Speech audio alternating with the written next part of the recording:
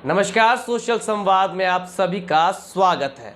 जैसा कि आपको पता है, मुख्यमंत्री हेमंत सोरेन ने कुछ दिन पहले सरना धर्म कोड की मांग की थी प्रधानमंत्री से।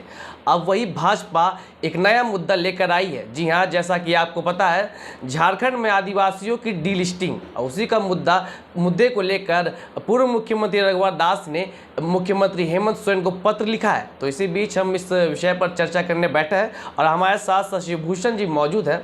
सर, एक बात बताइए, मुख्यमंत्री का सरना धर्म कोड को लेकर पीएम मोदी को पत्र लिखा गया और उसी के तुरंत कुछ दिनों के बाद पूर्व मुख्यमंत्री ने मुख्यमंत्री को पत्र लिखा कि डीलिस्टिंग पर, तो इस पर क्या कहेंगे सर? इस बात पर डायरेक्ट आने से पहले हम थोड़ी सी जो है झारखंड में जिस तरीके से राजनीति चल रही उस भूमिका पर नज़र डालेंगे। आप देखिए, झारखंड में जो राजनीति है, जो यहाँ की पार्टियाँ हैं, नेता हैं, वो सिर्फ भावनात्मक मुद्दों के सहारे करते हैं।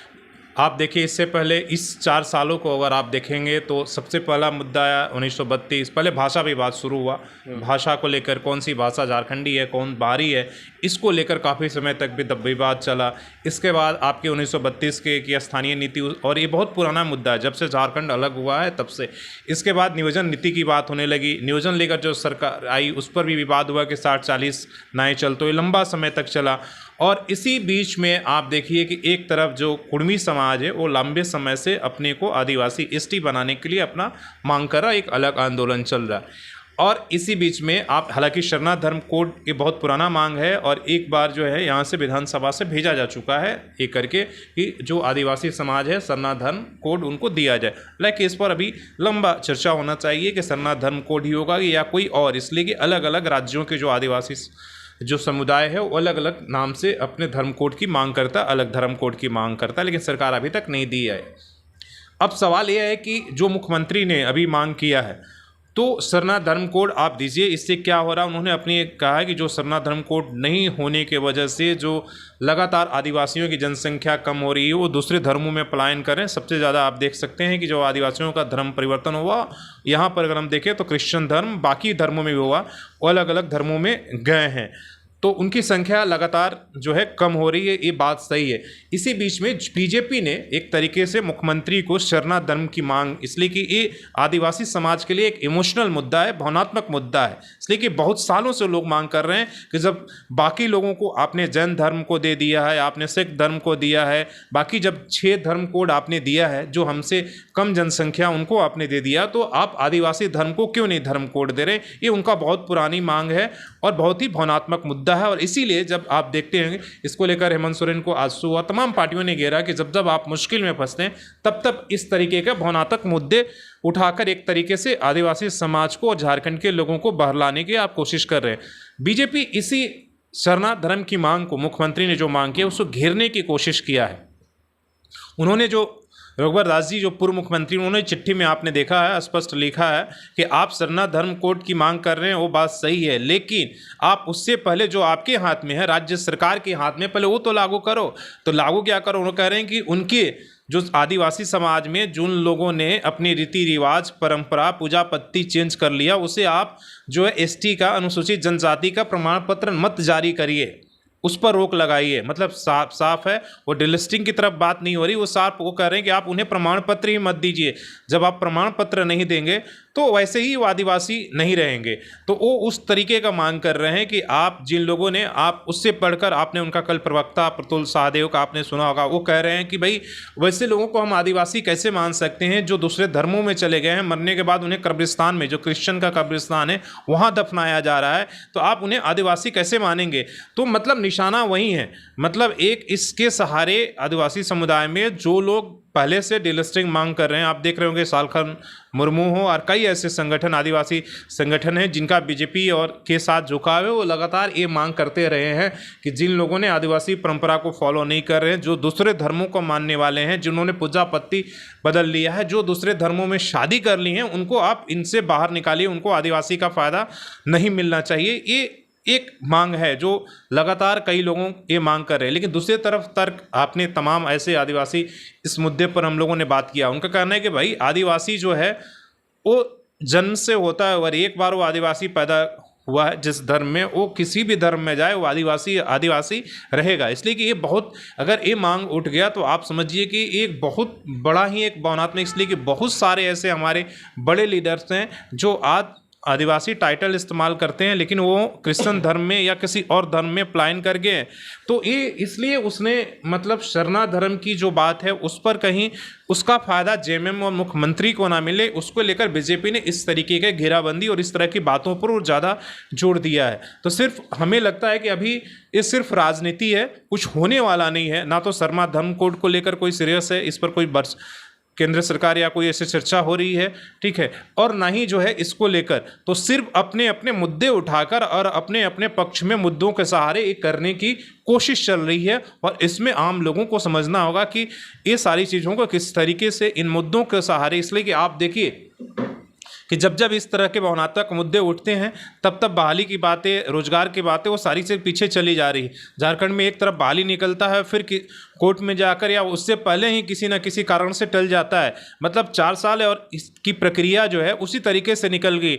अहम मुद्दा रोजगार है, अहम मुद्दा कैसे युवाओं को जो है हम इस रोजगार दें, उन तमाम मुद्दों पर बातचीत ना होकर इस तरह के मुद्दों के सहारे जो है भला दिया जा रहा है और झारखंड की राजनीति एक तरीके से गर्माहट हो जा रही है। तो सिर्फ ये सारी चीज़ें सामने दिख रही है कि ये सरना धन के मुद्दा हो या जाति प्रमाण पत्र ना जारी करने का मुद्दा हो या उधर आप देख रहे हैं जो कुर्मी समाज लंबे समय से मांग कर रहा है, सिर्फ अपने पाले इस बात को, बहस को छेड़कर अपने पाले एक तरीके से करने की कोशिश चल रही है।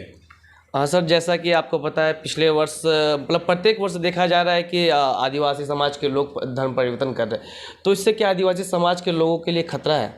देखिए खतरा तो है ही। आप देख लीजिए कि जो 2011 का सेंसस हुआ था, यहाँ पर झारखंड में 26% के आसपास में आदिवासी समाज है और अभी हालांकि अभी नहीं हुआ है, जिसको लेकर ये कहा जाता है, इसीलिए यहाँ पर जो परिसीमन है वो नहीं लागू हुआ है कि अब कहा जा रहा है कि 22% के आसपास में आ गया, उससे भी ये तो और अभी हालांकि अलग अलग एक करके नहीं हुआ। तो लगातार उनकी जब संख्या घटेगी तो उनकी सीटें घटेंगी, रिजर्वेशन घटेगा, तो कहीं ना कहीं संकट तो है। इस बात को आदिवासी समाज समझ रहा है, इसलिए तमाम मांग कर रहा है कि आप हमें अलग से धर्म कोड दीजिए। इसलिए कि आप अलग धर्म कोड नहीं दीजिएगा तब तक जो है हमारा धर्म परिवर्तन बंद नहीं होगा। हालांकि ये एक कारण नहीं है, हो सकता है और भी कारण है कि धर्म परिवर्तन का सिर्फ धर्म कोड का मामला नहीं है, बल्कि और भी कई चीज़ें हैं जो, हालांकि वो तो इस पर एक अलग ही बहस और बड़ी बहस छिड़ सकती हैं। इसलिए कि यहाँ पर आप जब जब भी ऐसे मुद्दों को छेड़ते हैं, आप देखते हैं कि झारखंड कई भागों में बंटकर अलग अलग तरीके से, इसलिए कि आप जैसे इस मुद्दों को छेड़ेंगे आदिवासी समुदाय में कई धड़ और इसलिए ऐसे भी 32 समुदाय के लोग हैं, उसमें अलग अलग ट्राइबल लोग हैं, और उसमें जैसे ही आप ये बहस छेड़ेंगे बहुत सारे भाग में बंट जाएगा लोग और बहुत सारी बातें होने लगेगी। चलिए सर, थोड़ा राजनीति की तरफ आते हैं। इधर सर सुदेश महतो तो कह रहे हैं कि जब जब ईडी की दबिश पड़ती है तब तक हेमंत सोरेन को 1932 खतियान याद आता है, इस तरह के मामले याद आते हैं। तो क्या सर इससे कितना क्या कहेंगे?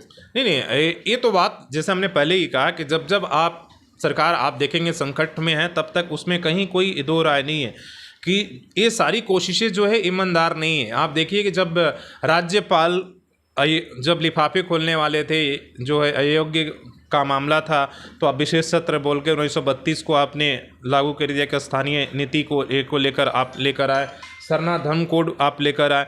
तो ये तो है कि जब जब सरकारें ये आती हैं तब तब जो है आप किसी और मुद्दों को सहारे बहलाने की कोशिश होती है और उसमें कहीं ये नहीं है। हालांकि ये पॉलिटिक्स दोनों तरफ से हो रही है, बीजेपी के तरफ, बाकी जो विपक्ष हैं उसके तरफ से, और सत्ता पक्ष की तरफ से भी हो रही है कि जो जिसको मुद्दा सूट करता है, जिस पीच पर जो अच्छा खेल सकता है, उन मुद्दों को सहारे वो अपने तरीके से लाने की कोशिश करता है। अब जैसे सरना धर्म कोड है, सरना धर्म कोड की जब जब मांग उठेगी तब तब बीजेपी के लिए मुसीबत होगा।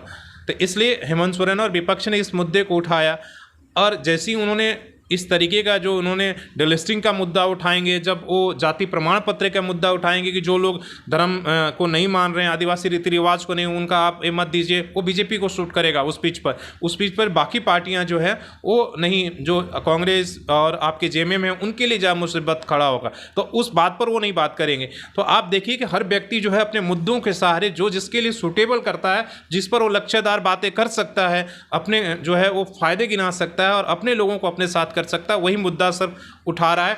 एक मत राय और उस तरीके की बात नहीं हो पा रही है। एक आखिरी सवाल रहेगा सर, आखिर डीलिस्टिंग का कारण क्या है सर, जो लगातार आदिवासी समुदाय धर्म परिवर्तन कर रहे हैं सर? देखिए डिलिस्टिंग एक अलग मुद्दा कई लोग कहते हैं कि आरक्षण ऐसे कई तरह के सवाल उठाते हैं। नहीं, देखिए डिलिस्टिंग एक जो है इसलिए वो मांग कर रहे हैं कि मतलब इससे धर्म परिवर्तन ये हो जाए कि इस डर से भी जो मतलब नहीं, कारण क्या है कि लगातार हर साल बढ़ रहा है ये मामला, क्या हो सकता है? इसलिए कि उन्हें सुविधाएं हो सकता है कि वहाँ जाने पर उन्हें ज़्यादा मिल रहा है, और ये एक कारण हो सकता है। आप ये देख लीजिए कि आज भी जो जड़ अच्छे पदों पर है, IAS IPS इस तरीके के जो आदिवासी ट्राइबल समाज में है, वो कहीं ना कहीं ज़्यादातर लोग जो है वो क्रिश्चियन ऑर्गेनाइजेशन से या इससे जुड़े हुए हैं, मतलब उस धर्म को उन्होंने अपना लिया। हो सकता है कुछ तरीके की चीज़ें हैं, कई तरह की बातें जिस पर जांच एजेंसियाँ काम कर रही हैं, सरकार के पास ऐसी रिपोर्ट है, और एक बहस का बहुत बड़ा मुद्दा है जिस पर जो है आप अभी भी उस तरह से खुलकर लोग बातें नहीं करते, कि इसलिए इतना संवेदनशील मुद्दा है कि आप इस बात पर लेकर, जहां आप धर्म की बात करते हैं, जाति की बात करते हैं, उसको लेकर तो किसी न किसी की भावनाएं भड़क जाती, इसलिए आप उस पर स्पष्ट तरीके के कुछ भी अभी ये बातें आप नहीं उतनी तरीके से कर सकते। लेकिन एक मुद्दा तो है, और इसको लेकर आप तरह तरह की बातें होती हैं, कोर्ट का फैसला है, और आप हर पक्ष ने अपने पक्ष में अपनी अपनी तरीके के बातें रखी है। बहुत बहुत धन्यवाद सर। जी हाँ, ये जो मामला है बहुत ही भावनात्मक मामला है, और लगातार आप देख रहे हैं कि झारखंड में इसकी बात जो उठाई जा रही है। तो इस खबर को लेकर आपकी क्या राय है, कमेंट सेक्शन पर जरूर बताएं। तब तक के लिए देखते रहे सोशल संवाद। मैं आकाश पोद्दार अपने सहयोगी शशि भूषण के साथ। जय हिंद।